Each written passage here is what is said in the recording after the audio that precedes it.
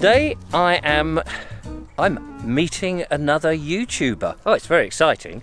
You know, because very often we work alone and you go out and you do your stuff. Obviously sometimes the lovely Julia is with me, but it's really exciting when you get approached by another YouTuber who says, "Hey Richard, I like your channel, I'd love to do a collaboration, maybe we should meet and do something." And you think, oh, why didn't I think of that?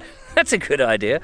So here am I in a wood, and I'm not quite sure where it is. It's somewhere near Groombridge in, I think Groombridge is in East Sussex, it might be in Kent. I'm going to find out all this information and tell you about it. His name is Dan and he's from Phoenix History YouTube channel. Check it out. Now somewhere in this car park, he's lurking, I'm sure.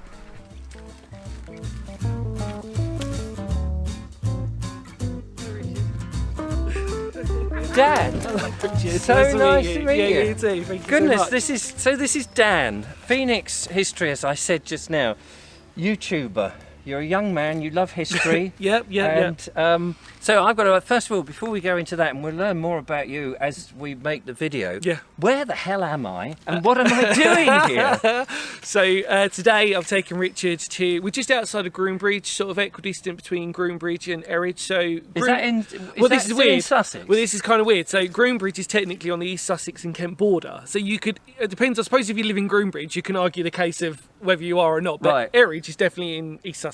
Right. So where we are, again, we are practically on the border of it. So, but today we're going to Harrison's Rocks, which is part of the Ardingly Sandstone Formation, which I know you've done. So I've been to High Rocks, yeah, which is all part of that. Which was in a video I did about Tunbridge Wells. That's right, yeah, and Rust Hall, because you did Toad Rock. Oh yeah, as well. That was an amazing rock. Amazing. So all of those formations are all part of the Ardingly Sandstone group, which is also known as the Tunbridge Wells Sandstone Formation. Again, some people call it one, some people call it another. But it's just basically a huge sandstone outcrop that goes from about here all the way to East Grinstead, and it pretty much goes in a straight line. So you'll just come across these. And so we parked up in a car park that's run by the Forestry Commission. That's right, yeah. But also with the rock climbing, it's actually the rock climbers, but we'll probably talk about that later on. Brilliant. As well. So we're surrounded by woodland, basically. Basically, yeah. And it's, of course, we're filming in November, and the colours are amazing. So we're going to have a stroll and a chat and all of that, and you're basically in control. We're going to geek him out. So join us on this. Which way do we go? That way. That way? Yeah. Let's get muddy. Yeah. Well, this is really nice, isn't it? We've picked a fantastic day, which is always good. And I don't know this area very well, and so I'm very much in your hands, Dan. But it's strange because, like with anything, you've driven through and round and everywhere else, and it's kind of one of these places that I suppose with anything is that you're amazed at all these hidden little places. I mean, that car park here, you blink and you'll miss it, sort of thing. It's one of those types of places. Yes. But when you're here, it's like it makes total sense whilst you're here. So, absolutely. And then we've got, like I said, this amazing sandstone outcrop to show you, which I'm really excited because I think you've seen sandstone outcrops before, but this one's huge. Is it? And that's why the climbers come, presumably. Yeah, absolutely. Yeah. And like I said, they took that over in about 1958. So the Forestry Commission. I mean, that is amazing, is it? So the climbers, they own it. Pretty much, they help run it. So when you go down, when we go down there, you'll see that they've, on the ground level, they've sort of turfed it. They've sort of put some wooden sort of supports. You know what I mean? So you'll see it. They've grounded it properly so that when people can climb up, they can do everything. And most of the floor level, and obviously up the top, they've obviously put their loopholes and everything else in there. But the problem is because it's sandstone, there are many warnings about how dangerous it is, even for experienced climbers. It just crumbles. Yeah, it's very malleable and everything else. And this is classed as what they call soft sandstone. Sorry, too much information. No, that's all right. So soft sandstone is even more crumbly. It's what you'll see with what you've seen is that when it maintains a lot of moisture, so it becomes very slippery and like slimy to feel. Yeah. So obviously when you climb, it's just a bit sort of disgusting. When it gets dry, it becomes very coarse and sand-like. I've got to ask you now. I've got to ask you. Are we climbing it? No, not. Not my agent. Not yours. That's all right. Oh dear. Should we just have a pause for a moment? Yeah, let's go for it. Thank you. Right. Well, you see a seat, don't you? And then you've got to sit down. Absolutely, yeah, you got to. Oh, well, this is not that we're worn out, by the way, ladies and gentlemen. It gives me a golden opportunity to chat to Dan a bit more. without us sort of moving about. So I'm curious. I'm always interested how people get into doing a YouTube channel, and I think other people are interested in that as well. That's a good question. So, yeah. Okay. Long story short. Shortish. I used to be a professional musician and Folk. folk music, and I was obviously into my rock, but eventually when the channel started, it was more folk music. So it was acoustic music and everything else. I got really into that, and I was just putting out individual videos, and they were doing, and it was just for the extra stuff on our Facebook channel. So it was like you can go on YouTube or whatever, and that was it. So what do you play? Everything. Oh, everything. Bouzouki, mandolin, tenor guitar. Everything. Did you do your own music for your channel? There is some actually. Yeah, there is some. It saves on the copyright. Yeah, that's what I was thinking. Or library fees or anything like that. The orchestral stuff that you'll hear 9 times out of 10 probably won't be. But if it's folky instrumentation stuff with vocals, that's definitely ours. The stuff that I've done. So I did that. And then I'd always been exploring, or urban exploring, I suppose was the terminology, when I was younger, from the age of about 16. So I'd done it when I was really young, like started all that stuff going into abandoned buildings, but I'd always loved history, and I'd done that from my parents. Just started putting out a couple of random ones, and everybody seemed to really like them. These sort of exploring abandoned tunnels and all this stuff, and then that was very popular. Yeah, and then I just thought I just want to take this a bit more seriously up until the point that we're meeting now, and it's 3 videos a week. To Monday, Wednesday, and then at the weekend's a bit of a random one. So it might be music, it might be mostly paranormal, but in a folk tale sense, like what you kind of, more in the folk element of it, or just random historical events or interesting people. So yeah, the weekend ones are quite interesting because I don't think anybody will know what they're going to be. So before we move on, 3 videos a week. I know what that's like. I used to do every day. I don't now, thank God. It's hard work, isn't it? It is, yeah. People don't realise. Especially when it's not your job. Yeah. It's like, That's it. Years, I mean, I don't do anything else now. But I'm a bit older. Weary. Decrepit, some might say.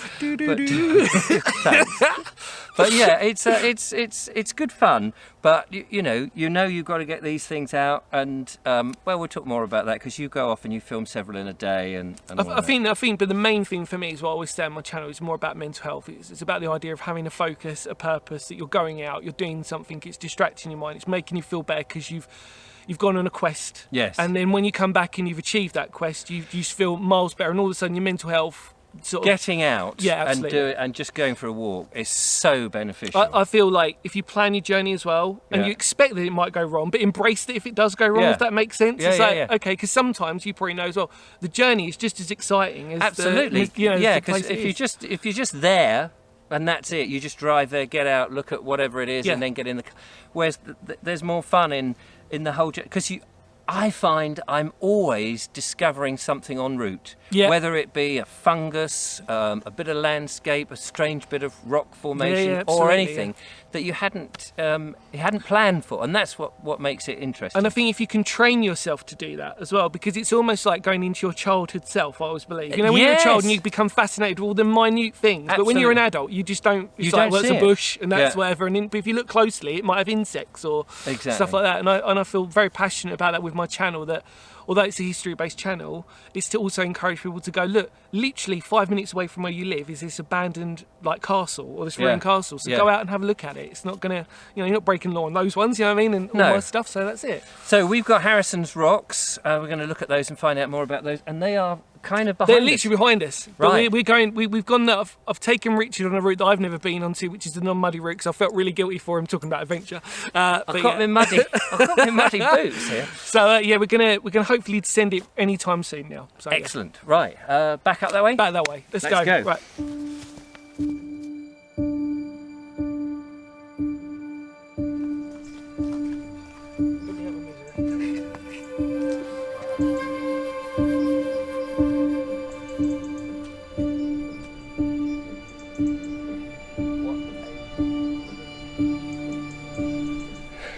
Anybody who knows my channel knows I'm a little bit queasy on heights. There was a rock in Cornwall, well, it was called Rock, and in Cornwall there was this rock that had a church on it. And Mark took me out there, the swine, and good old Mark Selwood, Mousel Richard. And oh my God, it was so scary. This isn't as scary because we are standing at the edge of the forest here, but we're looking down. We're not quite down on, I'll come around this side. We're not quite down on it, but I can see what you mean. And climbers must absolutely love this. Yeah, that's the thing. I think, like I said, there's so many different markers for these climbers here that they absolutely love it here. I mean, I know that much. In fact, I did my rock climbing course at High Rocks. Oh, and did I you? never had the option to do it, but I was very young back then. And I mentioned in many of my sandstone outcrops that I kind of wish I'd sort of carried that on, because it's like muscle memory. Yes. You know what I mean? Yes. Like, I just think physically for me now, it would just be like, oh God. And also confidence, because like you said about heights, the more and more you do it, the more you become. Yeah. And I think for me, I'm okay with them, but I know that if I started rock climbing now, I'd be a bit like, oh, jelly legs all of a sudden again. I mean, this is great because there's the valley down in front of us, and there's a terrific view, and there's the little railway line there, which is the Spa Valley. The Spa Valley, which comes from Tunbridge Wells, doesn't it? Yeah, Tunbridge Wells west, and then it goes through to Groombridge, and then it goes to Erridge, and I think there's one more other stop in the middle. But at the moment, because it's getting to sort of winter time, they're getting ready for the Santa Claus. Christmas big stuff. Christmas one where they got him on the. I did that when I was a kid, so yeah, fantastic. It was brilliant. So we are going to leave this spot and weave our way round. That's down. right. Yeah. And then we can look back up. So it's nice to have actually come at the top to look down, because it'll be a reversal when we're down.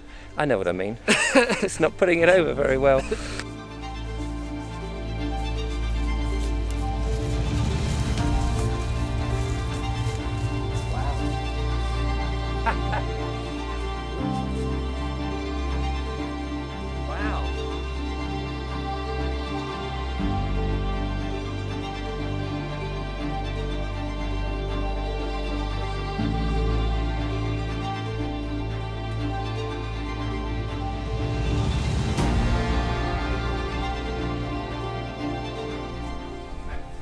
We haven't quite got down the bottom yet, because we've just spotted this little, I suppose, the high point, the high crop. It's very damp. Dan, I'm so thrilled that you've taken me here. I feel like a little kid again. I think this is it, isn't it? It's what sort of invokes it. And it doesn't matter how many times I've been here or to these outcrops before. As I mentioned in my videos, many a time I'm obsessed with them, because it's just history. It's natural history. This will be here long after we've gone, and it's been here long before we've been here. And it's absolutely. And of course, how many people from all different times have clambered over and discovered them for the first time? I was going to say, because we know through dating that we found flints and early evidence of early man literally using some of these, especially near West Hopefully, for example, as caves, natural caves and shelters. So we know that these would have been, even though probably the landscape might have been heavily wooded, these would have been almost like waypoint markers. Do you know what I mean? So you can go to the cliffs, if that makes sense, and you can just forage and everything else on those plateaus. So we know. So it's really so interesting. It's fascinating. We just got to find a way down. We've got to find a way down. Yeah.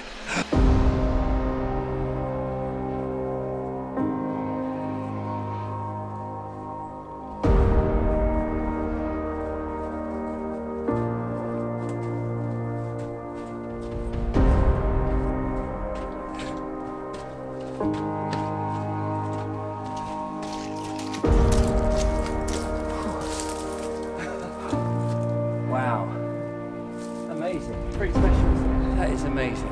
So many different colours. Absolutely. See the water right there.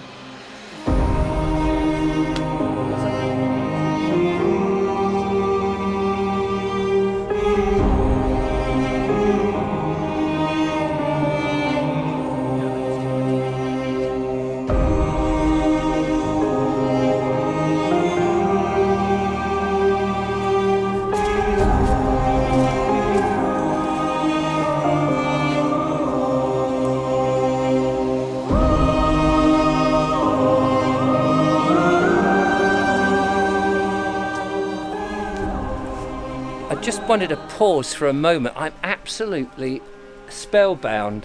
Dan keeps saying to me as I point the camera, he says, "Oh, there's more to see. You'll be spoilt. You'll be spoilt." I just wanted to pause though. The background noise of loggers, I think, chopping trees down and stuff, is incessant. And as much as I've tried to get shots where I get the atmosphere, all I'm hearing is the drone of these chainsaws. So I just wanted to mention that in case people thought, what the hell is that noise? And you've had the same problem. Yeah, so I came down here about 2 weeks ago, which actually gave me the inspiration to take Richard here, and I filmed it. But when I was filming it, they sort of moved in the middle. So on my video, if you do decide you want to watch it, that's even worse. Yeah. So I said to you, you've got actually better light on this one. So yeah, They've stopped. Oh joy, they've stopped. I can hear the voices in my head. My God. Oh, they've started again. I will link to your video, by the way, and your channel. We've got an interesting crop of rocks. Many, but this is a goodie. one, yeah. With a giant boulder above your head, both of our heads, that we're going to hope doesn't fall down on us as we go through. Should we give it a whirl? Well, yes, go for it. Come on.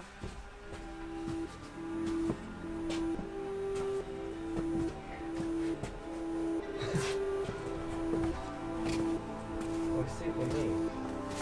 It's, yeah. You see that? Yeah.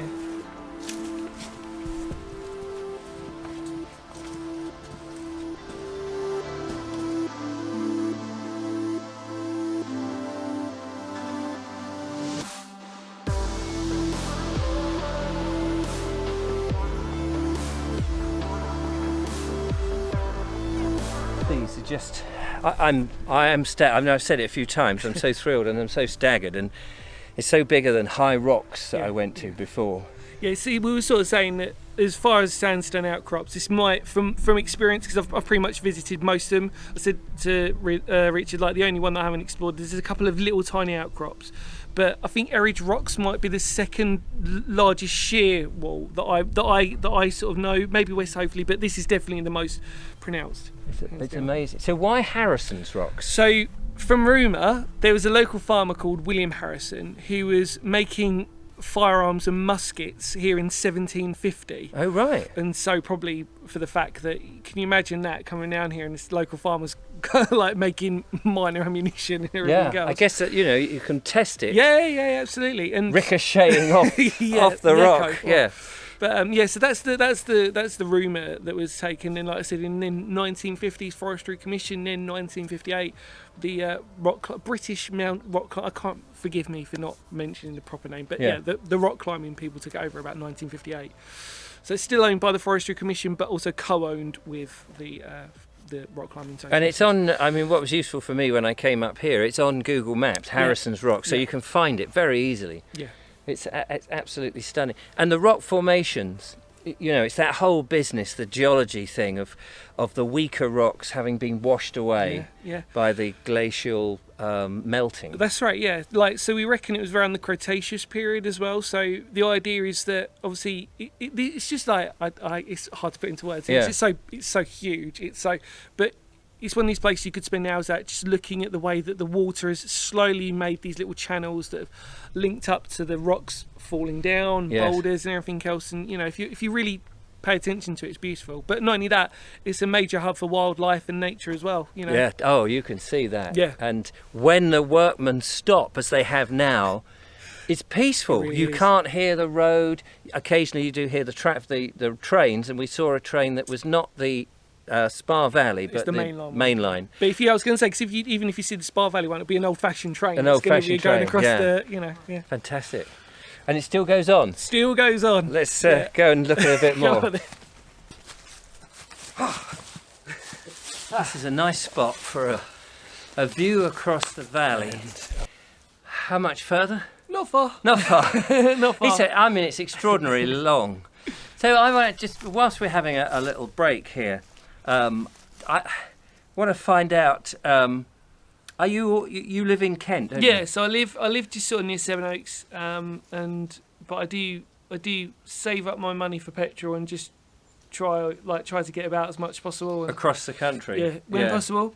So have you always lived in Kent? Yeah, always. So you know this area? I'm a Kentish man, not a man of Kent. I'm a Kentish man because I'm in West Kent. So I'll make that point very clear to people. Is that which side of the Medway is that? So that's near Surrey side, so on the western Kent side of things. So there's a lot of rivalry between the two. There is, if you think that, depending on what side. So we're told.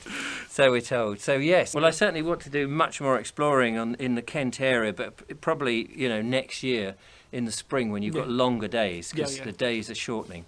We need to find the end of this, don't we? We're getting there.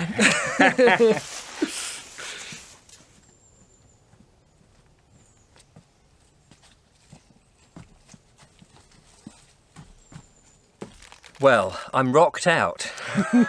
It's there's a lot of rocks there. We've come back to the van. I made a coffee. You're on water. I did offer you a coffee. Yeah, you did. Yeah. But I can offer you a biscuit. Thank you kindly, sir. I'm trying to reduce my sugar intake. Yeah, that was the thing for me with caffeine. I was trying to coffee and tea. I was trying to sort of. But I think it's essential to have biscuits in the van, especially when you have a guest on the show. So I will have one as well. Dan, it's been an absolute joy to meet you.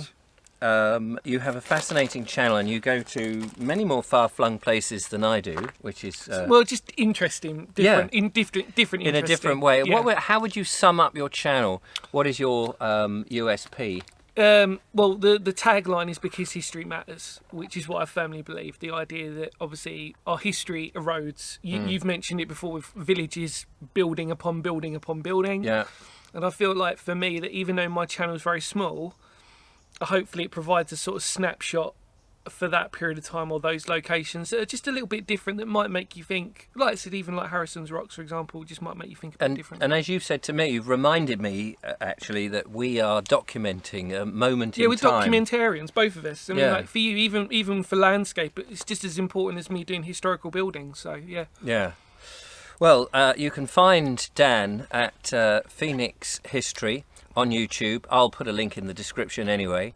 You've just done a video here. Just done a video, yes. So sorry everybody, if you're going to come over to my channel, you're going to see. I'll link to that as well, because as we said before, you know, everybody does it, has a different way of doing it, and mostly the thing I have learned over the years is, while people are interested in the subject matter, which might be the thing that brings them to the channel, ultimately people like people, and if they like you, they'll watch you reading the telephone directory, which fortunately these days is very short, because I don't think they do. Well, I had one through the other day, but never mind. It was so thin. I thought, what was the point? But yeah, do check Dan out. We're going to have a cup of tea. Well, coffee and water, which is basically how you make coffee, isn't it? This is an idyllic place. Do come and have a look at Harrison's Rocks. It's it's a small charge on the car parking or van parking, and there's toilets, as well. Oh, and there's toilets. Yeah, even better. Yeah. Clearly, you could see that it's not for disabled access or limited access. Yeah, limited. But it's fantastic and well worth coming. And I'm so pleased, and I hope that we can do a collaboration again in the future. Yeah, honestly, thank you so much. Yeah, honestly, I was saying to Richard, I've been following him for about 4 years now, and I'd asked him for advice a long time ago, which he probably forgot about, but that was all right. I started asking him now. This is the only way I could get him out, to ask him for advice. Entice him to a location. Entice him. I know. I do get. I do get quite a few inquiries, and sometimes I'm busy with something else, and then I forget, and it goes into the email. I'm making excuses, and I should end the show. Yeah, but I'm very grateful for Richard taking me. It's been fun. I've loved it. I've absolutely loved it. Hopefully, all of you lot appreciate that I haven't ruined it for him. And no, you've introduced me to somewhere new, and I would probably never have found it. Well, thank you. So there we go. We're going to drink coffee. You're going to go and do something less boring, and we'll catch up with you in the future. Don't forget to follow, like, subscribe, give us a thumbs up, send money, and all of the rest of it. Until next time, goodbye. Bye. Oh, that was fun.